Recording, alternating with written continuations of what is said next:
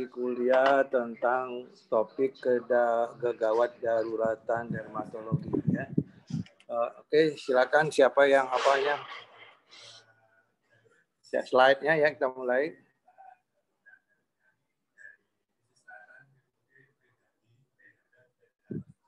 Ya, slide. Dan langsung aja itu terus. Kuliah entar. Kuliah. Gawat darurat medik ya. Jadi di sini, jadi kalau saya jelaskan dulu. Jadi kalau di topik situ yang lama, gawat darurat medik itu meliputi Stephen Johnson, Ten sama erythroderma. Jadi sejak tahun 2016, kegawat daruratan medik itu sudah berubah ya. Jadi ada 3 komponen, yaitu tentang pertama angioödem, kedua nekrolisis epidermal. Nah, nekrolisis epidermal ini terdiri dari sindrom Stevens-Johnson. Yang ketiga nekrolisis epidermal toksika. Kemudian yang ketiga adalah sindrom Grass. Ya. Jadi dikatakan gawat darurat medik dia memerlukan penanganan segera, cepat dan segera. Karena kalau terlambat, ini akan menyebabkan penderitaan pada pasien, bisa menimbulkan kecacatan akibat komplikasi, bahkan bisa menyebabkan kematian. Ya. Makanya dia disebut darurat medik. Ya, oke lanjut. Kita mulai yang pertama ya. Yang pertama angioödem. Angioödem ditandai adalah suatu kondisi ditandai ödem yang mendadak pada dermis bagian dalam dan jaringan subkutan atau membran mukosa disertai nyeri atau rasa terbakar. Jadi bukan gatal ya, rasa terbakar. Menyerang hampir seluruh bagian tubuh dapat terlibat. Lokasi yang paling sering terutama terlihat adalah pada kelopak mata, bibir, lidah, laring, faring, GI tract, dan genitalia. Ya, lanjut.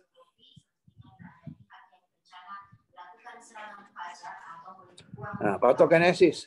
Patogenesis daripada angioödem, di situ terjadi peningkatan yang secara cepat permeabilitas kapiler submukosa atau subkutan dan penula postkapileri yang disertai ekstravasasi plasma lokalisata. Nah, klasifikasinya ada 4. Pertama yang alergi, yang kedua karena terkait obat ya. Yang sering adalah ACE inhibitor, SID atau salisilat.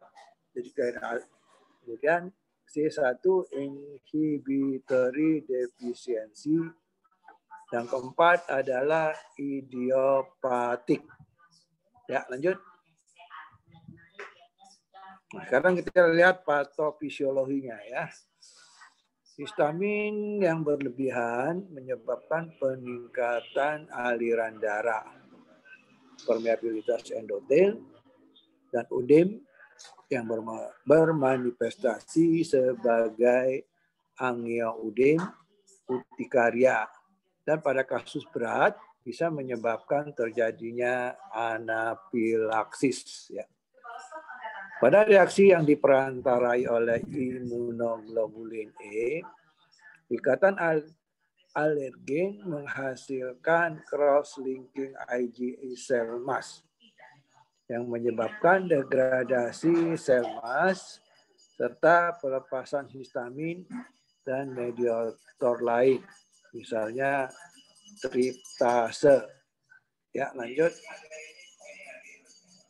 Nah, sekarang kita lihat gejala klinisnya ya. Gejala klinis pertama adalah ödem. Odiumnya di sini adalah non-pitting ya. Jadi kita tahu odium itu ada odium yang pitting, ada yang non-pitting. Di sini yang khas non-pitting. Tanpa ada eritematosa atau sewarna kulit dengan batas yang tidak tegas. Pasien bisa mengalami kesulitan menelan, ya, dispaki, atau juga sulit bernapas. Jadi susah bernapas, jadi sesak dia. Susah untuk menarik napas.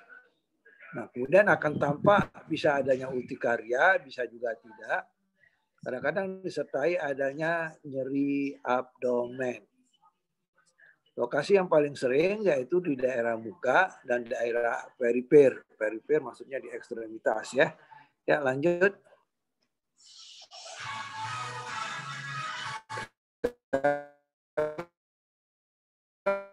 Tata laksana ASI atau hindari faktor penyebab. Kemudian bila ada obstruksi jalan napas, segera konsul ke THT. Dengan terlebih dahulu atasi keadaan darurat di UGD. Kemudian bisa diberikan epinefrin atau adrenalin 0,01 mg per kilogram berat badan per kali subkutan. Kemudian angioidin pada wajah atau lidah bisa diberikan prednison dengan dosis awal 60 mg dan dosis 40 mg pada hari berikutnya. Kemudian dapat di stop atau diberikan selang sehari kalau masih ada klinisnya ya. Angioidin yang berat bisa ditambahkan diphenhydramin. Ya, lanjut. Nah, sekarang kita kasus yang kedua ya, yaitu nekrolisis epidermal. Nekrolisis epidermal secara klinik dia ada dua kelainan, yaitu pertama sindrom Stevens-Johnson atau SJS, kedua nekrolisis epidermal toksika atau disingkat TEN ya. Ya, lanjut. Nah, jadi secara klinis SJS dan TEN itu sama. Ya, jadi semuanya merupakan epidermal nekrolisis.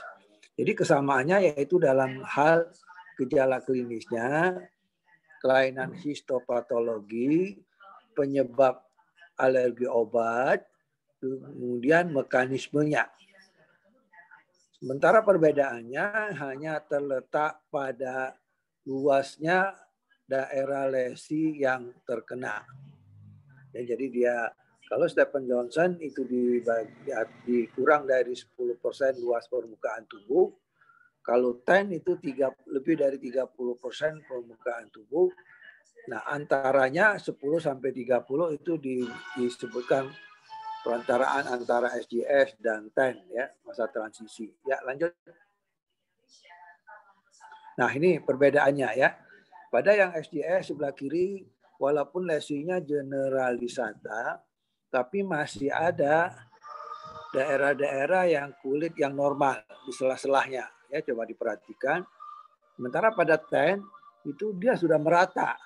Di sini terjadi yang kita kenal dengan epidermolisis. Ya. Jadi sudah merata, terlihat tampak mengelupas. Ya, lanjut. Nah, sekarang kita mulai dengan sindrom Stevens-Johnson.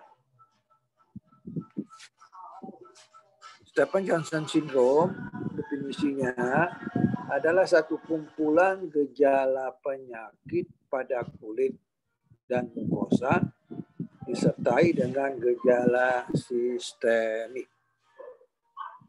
Jadi dia Stevens-Johnson itu merupakan suatu eritema multiforme berat. Dia bersifat akut, ditandai dengan trias. Ya, ada 3 kelainan, yaitu kelainan pada kulit, kelainan mukosa, dan kelainan mata. Jadi pada Stevens-Johnson minimal kita menemukan ada 2 kelainan dari 3 trias ini. Ya. Dari trias ini minimal ada 2. Jadi kalau hanya 1, misalnya hanya kulit, itu belum masuk Stevens-Johnson. Ya, lanjut. Nah, di epidemiologi insidennya 1,2 sampai 6 per sejuta tiap tahun ya. Dia tidak ada perbedaan ras, bisa mengenai semua umur. Ya, lanjut. Etiologi yang pasti belum diketahui. Tapi sebagian besar disebabkan memang karena nanti alergi obat. Tadi Papa tanya Mama.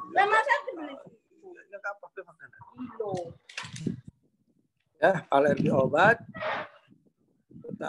Yang paling sering adalah golongan sulfa, golongan penisilin, golongan NSAID, golongan antikonvulsi, anti kejang, ya, golongan antipiretik, dan jamu. Kemudian yang kedua adalah karena infeksi.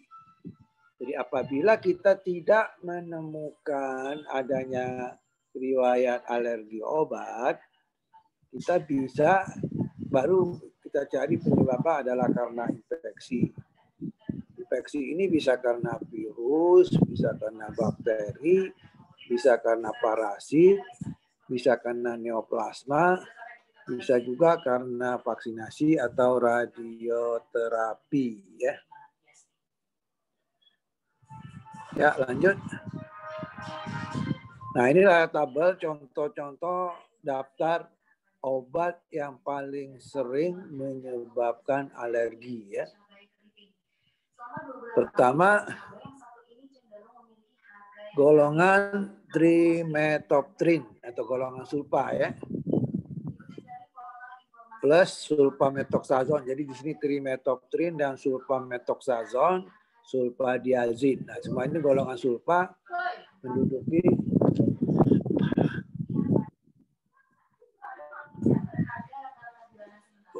sulfadiazid. Nah, yang ketiga golongan karbamazepin. Golongan karbamazepin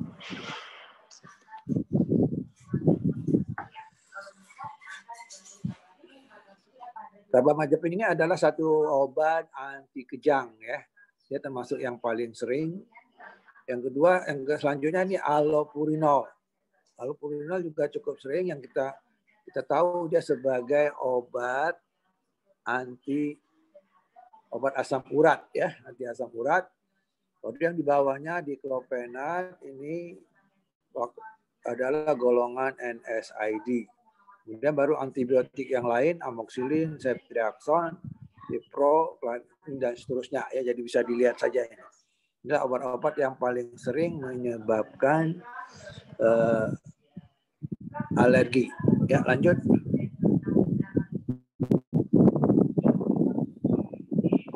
Nah, sekarang lihat patogenesisnya. Jadi patogenesis secara pasti juga belum diketahui. Dia diduga merupakan suatu reaksi hipersensitivitas tipe 3 dan 4. Jadi pada reaksi tipe 3, dia akan terbentuk kompleks antigen antibodi yang akan menyebabkan terjadinya mikropresipitasi hingga terjadi aktivasi sistem komplement. Kemudian akan terjadi akumulasi neutrofil, di mana dia akan mengeluarkan bahan yang kita kenal sebagai lisozim. Nah, lisozim inilah yang nanti akan masuk ke jaringan, akan menyebabkan kerusakan pada target organ. Ya. Nah, kemudian pada reaksi tipe 4, terjadi limfosit tersensitisasi kontak dengan antigen yang sama. Kemudian dia akan mengeluarkan bahan yang kita kenal sebagai limfokin. Nah, limfokin inilah akan menyebabkan terjadinya reaksi radang. Ya, lanjut. Kita lanjut sekarang gejala klinik ya. Gejala klinik itu bervariasi mulai dari ringan, berat, bahkan bisa sampai koma. Biasanya diawali dengan gejala prodromal, yaitu adanya demam tinggi, malaise, nyeri kepala, dan sakit tenggorokan ya. Kelainan yang ditemukan adalah trias ya. Jadi ada 3 kelainan. Kelainan kulit, kelainan mukosa, dan kelainan mata. Nah, kelainan pada kulit berupa eritem ya, ada vesikel, bula, kemudian dia pecah akan menyebabkan terjadinya erosi yang luas. Kemudian bisa kadang-kadang ditemukan juga purpura ya. Pada lesi yang berat, lesi ini bisa generalisata ya. Ya, lanjut.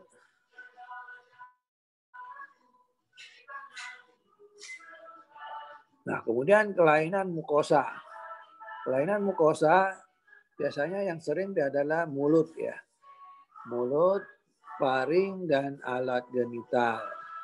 Mula-mula dia timbulnya vesikel, kemudian bulanya pecah jadi erosi, eksoriasi, kemudian mengerim menjadi krusta kehitaman.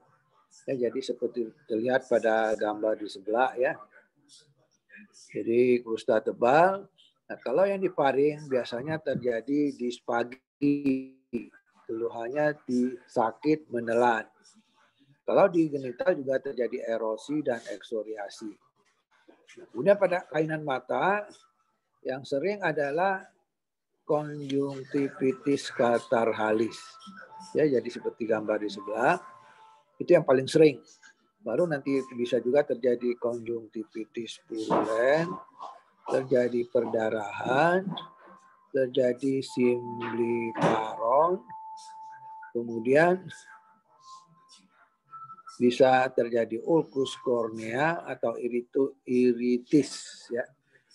Nah, jadi harusnya ada 3 kelainan. Ya, jadi minimal ada 2, jadi kelainan kulit atau kelainan dan mukosa. Kelainan mata memang tidak selalu ya, hanya 60%. Jadi kalau hanya kelainan kulit tanpa ada kelainan mukosa, kita belum bisa menegakkan ini Stevens-Johnson syndrome walaupun ada riwayat alergi obat ya. Ya, langsung lanjut.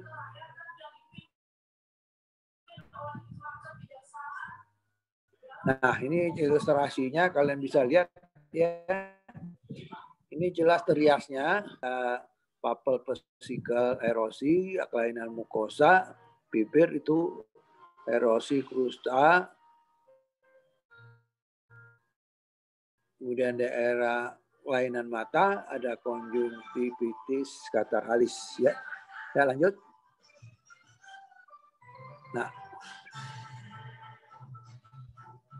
Nah, ini yang di badannya ya. Kalian perhatikan itu masih ada papel vesikel ya. Ada yang sudah erosi, ada yang eksoriasi, ada yang sudah menjadi krusta. Ya, lanjut.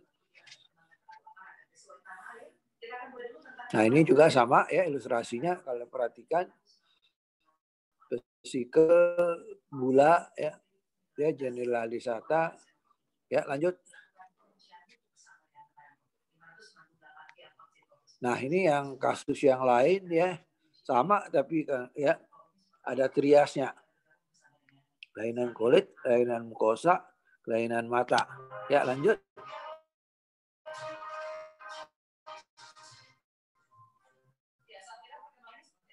Nah, ini yang lanjutan yang tadi ya, alergi obat ya. Vesikelnya bula, ini generalisata. Ya, lanjut.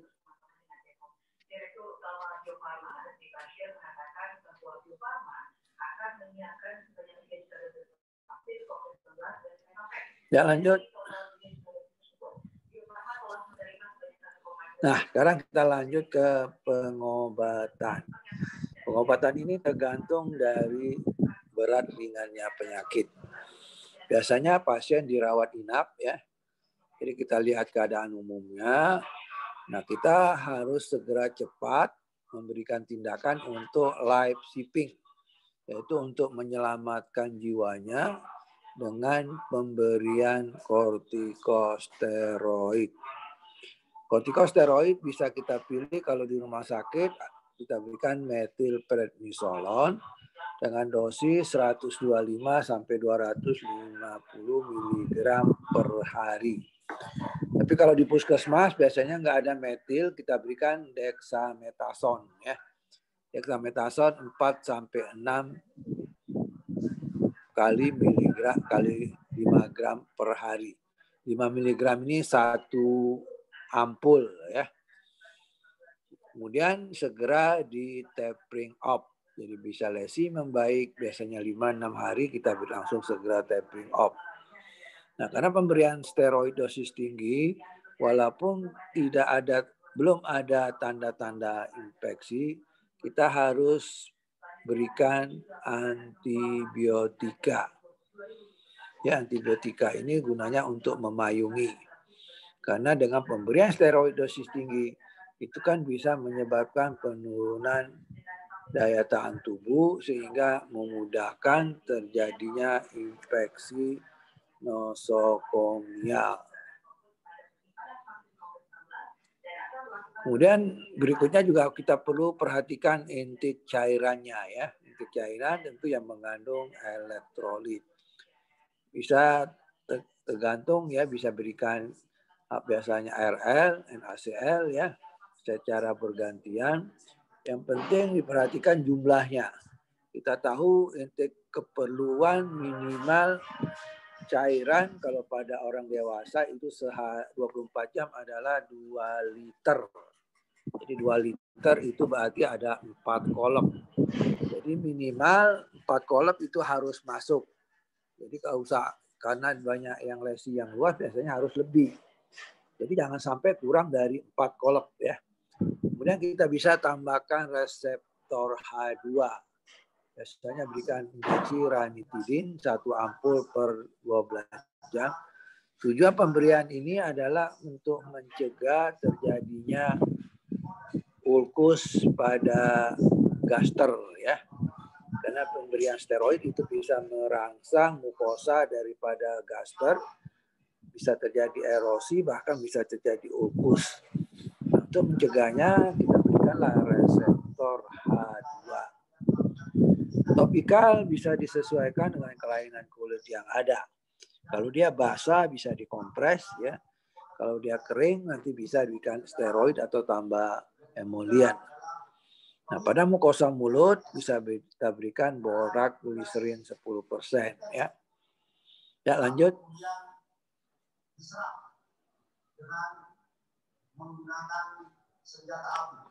Komplikasi yang paling sering adalah bronkopneumonia ya. Ya, radang paru. Biasanya ini pada kasus-kasus yang terlambat dirujuk ke rumah sakit. Biasanya pasien sudah terkena tapi nggak langsung dirujuk, dibiarkan dulu di rumah sampai 4-5 hari. Sesudah ada tanda batuk, sesak baru dirujuk. Nah biasanya yang begini sudah ada bronkopneumonia, biasanya seringkali terlambat. Ya, terlambat kita menangani, pasiennya biasanya meninggal. Kemudian juga bisa shock. Shock ini juga bisa kalau terlambat penanganan, di mana cairan yang kita berikan misalnya minimal 2 liter. Kalau dia 5 hari dirawat di rumah, cairan yang masuk hanya 1 gelas, nah itu pasti kekurangan cairan. Demikian juga akibat kekurangan cairan bisa juga menyebabkan terjadinya kelainan ginjal, yaitu berupa akut tubular nekrosis. Kemudian bisa menyebabkan terjadinya kebutaan. Ya, lanjut. Prognosis ya tergantung dari kecepatan kita ya. Apabila cepat dan tepat, prognosisnya baik. Kematian biasanya 5-15%. Ya, lanjut. Nah, ini hanya ilustrasi ya. Kebetulan pada tahun 2005-2006 itu banyak kasus Stephen Johnson, di mana saat itu rame, heboh kan sempat diekspos di koran ya. Biasanya pada saat itu setiap kali ada kasus Stephen Johnson langsung rame masuk koran. Nah, sehingga merangsang saya untuk mengumpulkan kasusnya. Terkumpullah selama 3 tahun itu ada 24 kasus. Saya kumpulkan, nah kemudian saya presentasikan kasus ini, laporan kasus ini, penelitian ini ke acara Kongres Alergi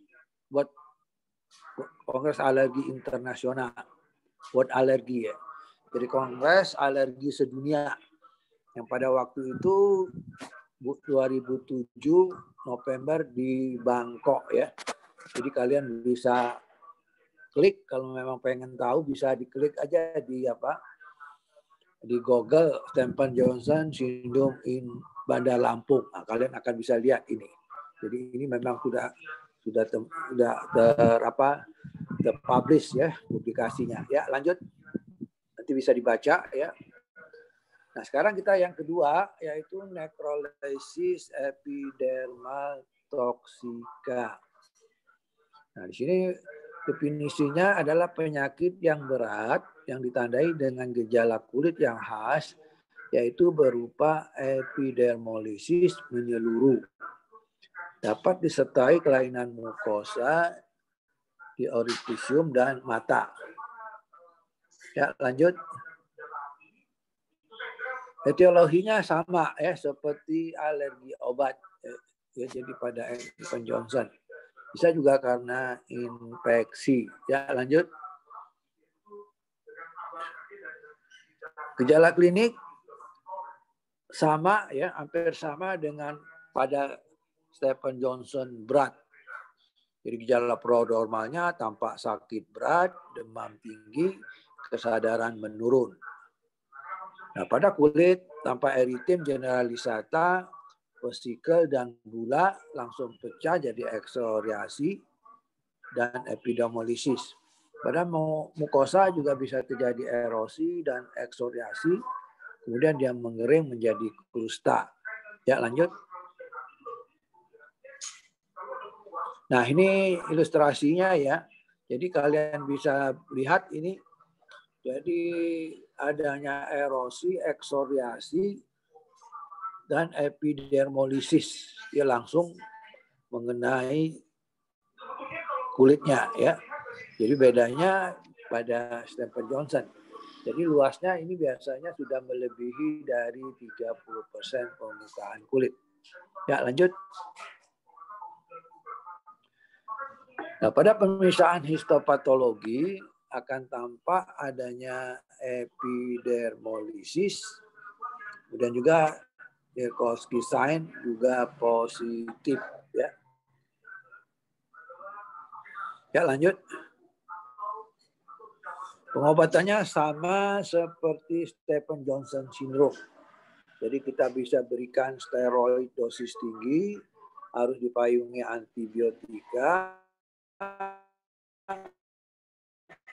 diperhatikan intake cairannya yang cukup, dan elektrolit bisa ditambahkan juga reseptor H2.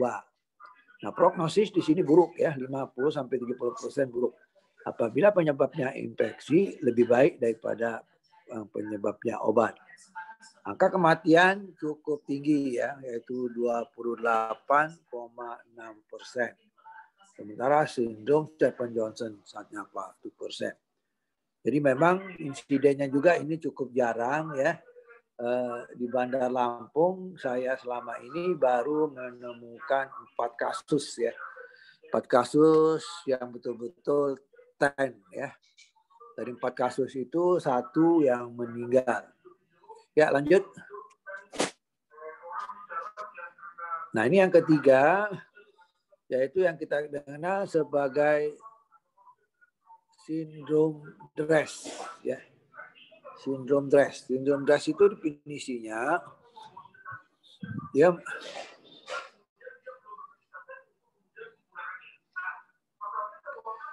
merupakan suatu kumpulan gejala dan tanda reaksi obat idiosinkratik berat pada pemberian obat dosis terapi yang secara khas ditandai adanya demam, adanya erupsi kulit, adanya abnormalitas hematologi, adanya keterlibatan sistemik, yaitu adanya limfadenopati, ada hepatitis sitolitik, ada nefritis interstisial. Sindrom terjadi akut ya 2-5 minggu setelah makan obat. Ya, lanjut. Nah, kita perhatikan gejala klinisnya ya. Gejala klinis biasanya keadaan umumnya buruk. Jadi demam dapat terjadi 2-3 hari sebelum atau bersamaan dengan munculnya erupsi kulit. Demam juga sering disertai adanya mialgia, artralgia, dan faringitis. Erupsi kulit bervariasi. Ya, bisa berupa makula papuler, bisa psikobulosa, bisa juga erythroderma. Sering dijumpai edem pada wajah. Ya, lanjut.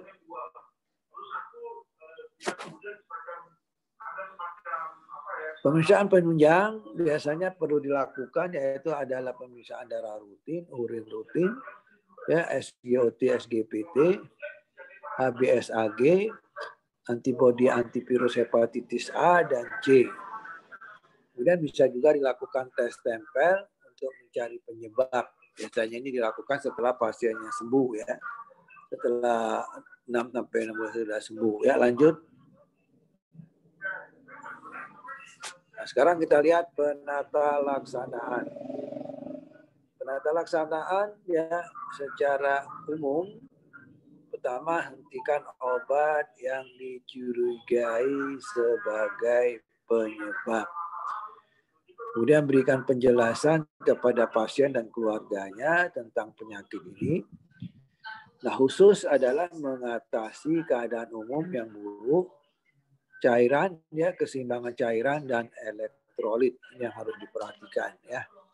Nah, sistemik bisa diberikan prednison 0,5 sampai 2 mg per kilogram berat badan ya, selama 1 sampai 8 minggu. Kemudian langsung di tapering off. Kemudian bisa diberikan antibiotika profilaksis ya, karena pemberian steroid dosis tinggi. Nah, bila demam bisa ditambahkan antipiretik ya. Ya, lanjut. Nah, saya kira inilah ya materi kegawat daruratan kulit ya. Jadi kalian harus perhatikan bahwa kedaruratan kulit tidak sama seperti yang di buku modulnya ya. Di buku modul masih yang lama disebutkan adalah erythroderma, Stevens-Johnson, NET, dan Pigus ya. Jadi untuk yang sekarang yang namanya kegawat darurat mudik adalah yang seperti yang ditampilkan ini. Oke, inilah barangkali materinya. Mungkin ada pertanyaan, kita masih ada waktu beberapa menit. Kalau ada silakan.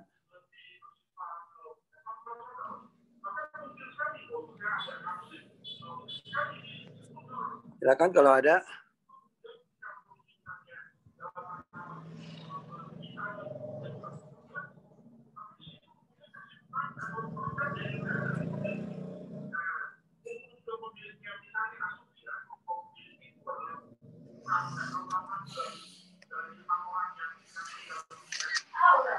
Ada kira-kira pertanyaan?